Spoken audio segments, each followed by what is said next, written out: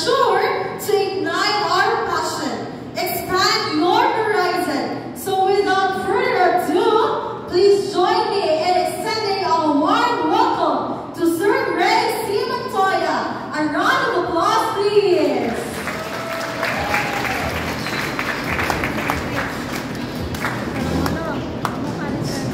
Good morning!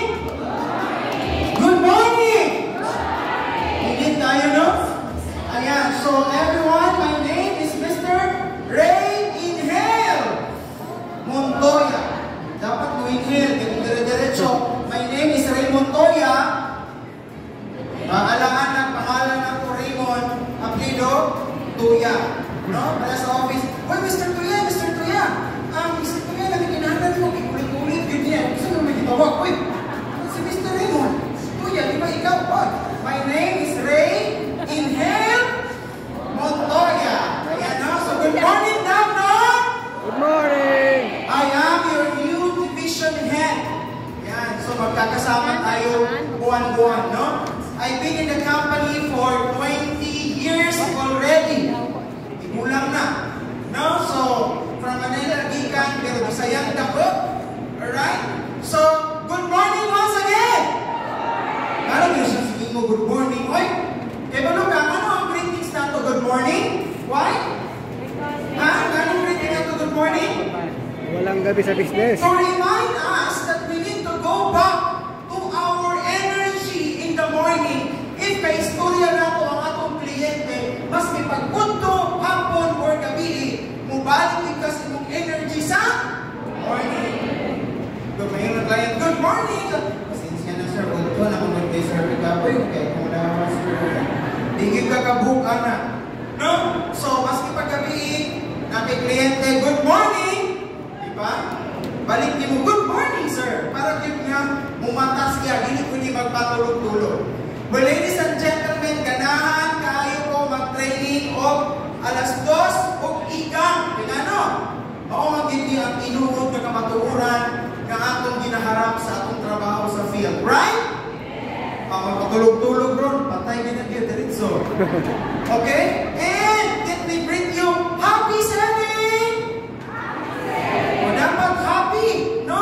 So ang atong tema sa atong training karon, happy lang dapat. Kaya di magkakahalin, nag-maingon ka, may buntag niya, i-offer ni mo, makalay sa priya, bayar, may wala, nabuwang na nga hindi, kaluwi ito, sunawag na yun. So, dapat happy yun ta, okay? So, happy ba mo ka na sa listanan, dire? Yes! Gikan pag-give ko in town sa Bukidnon, nag-train, nag-ani po kadagana. So, nagbiyahe ko kayo ng kagahapon, nag-meeting kami, hatod karon, energized kay ko, kay gusto ko ma-meet ang taga-Davnor. Okay? So, agwantahan mo kainit, ha? Agwanta? Yes! Okay, right. So, my topic today is all about real estate financial investment 101. Next slide, please. So, ang trabaho nato, kinsay first time na nakita nato? Raise your hand. First time. Oh, ubay-ubay, no? Ang trabaho nato, kung pangutanon mo, uy, i-invite mga ganito sa Iloisas, kung sa manang naa. Kasi ito ba mo? Ada, biligyan balay na gidaw ko na kayo dahil. Makahalin dahil na, kung may komisyon dahil, o wala dahil, wala ko dahil. Hindi na ginawa sa mga po yung tawag dahil. Kaya may ato lang ko dahil, kaya ingon man sila na nakuloy snap dito dahil. Patay.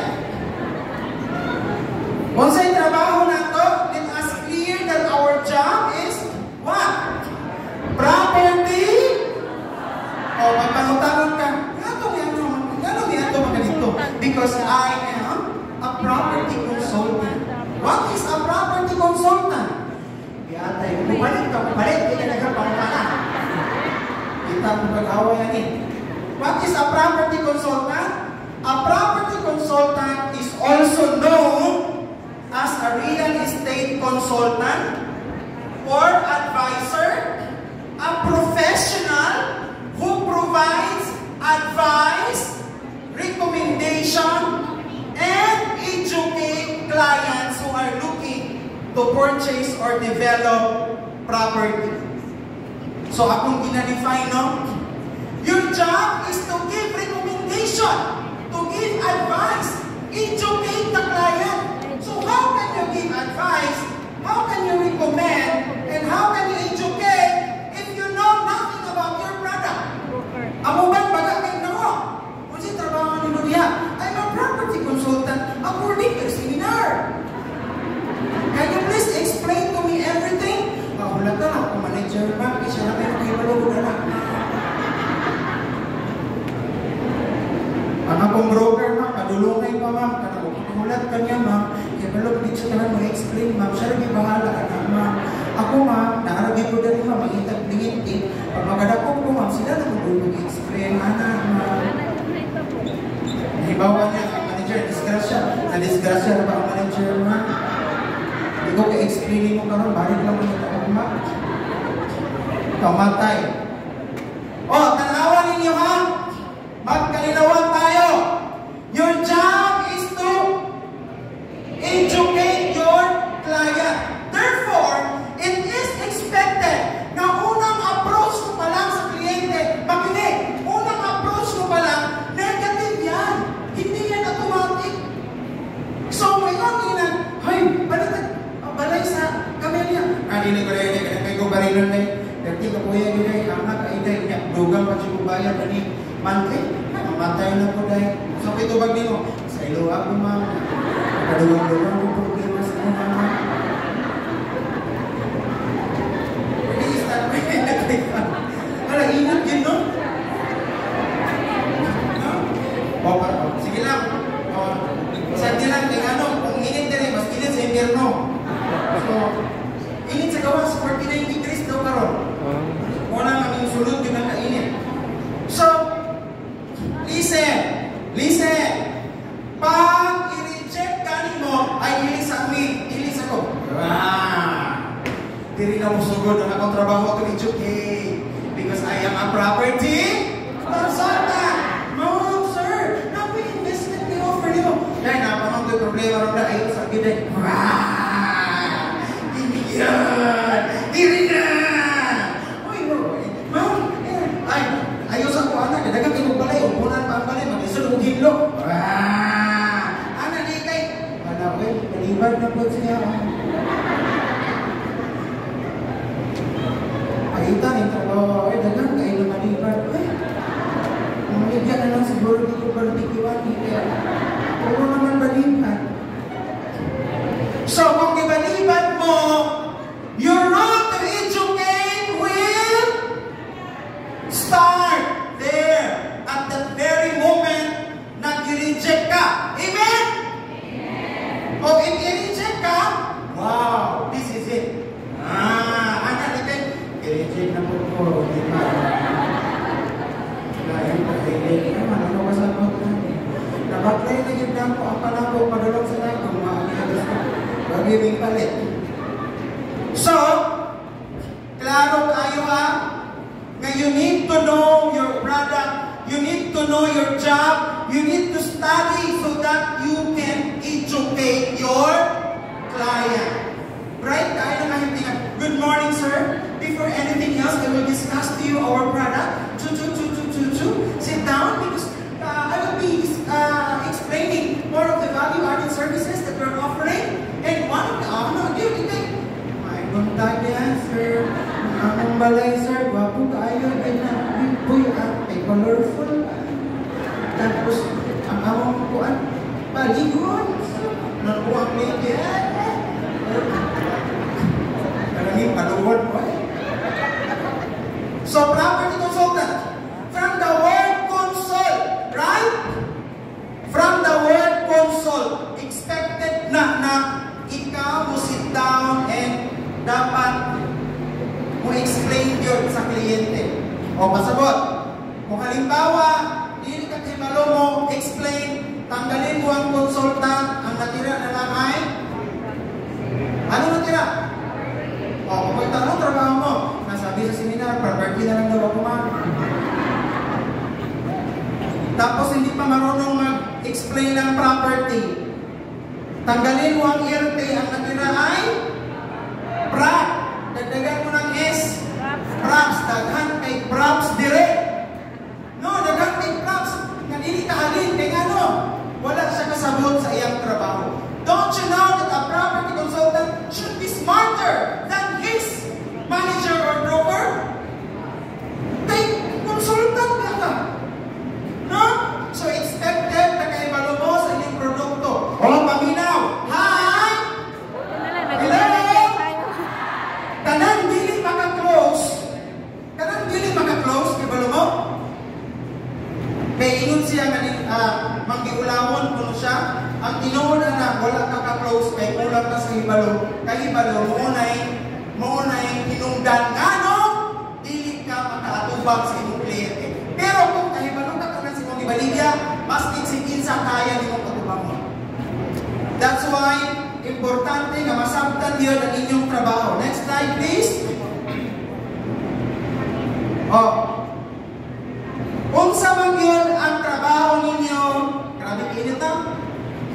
Dili na lang mo patungod ha kay na naging pobre kita na grabe skin na tukod.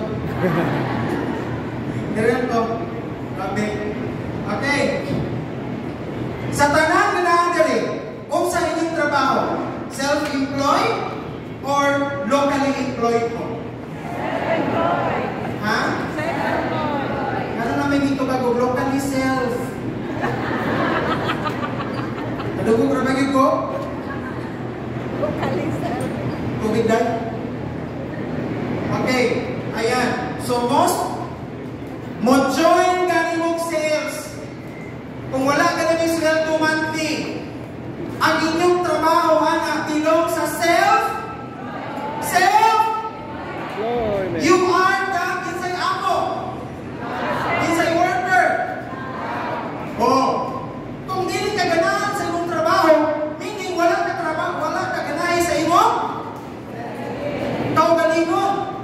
Kung negative ka sa imong ipamaligya, dili ka nag-push kay huwag ka ganahan or you are negative ka sa imong paminaw yan eh. Grabe yung effect. Ilang, kaya na ito na eh. Nayogan ni imong nga dahil ilang na mga ka-years sa imo ha pagka-ahente, 5 years na. Ganun, di kumusta ka niya? Wala lagi ko yan din. Ganun mo kaya yan eh.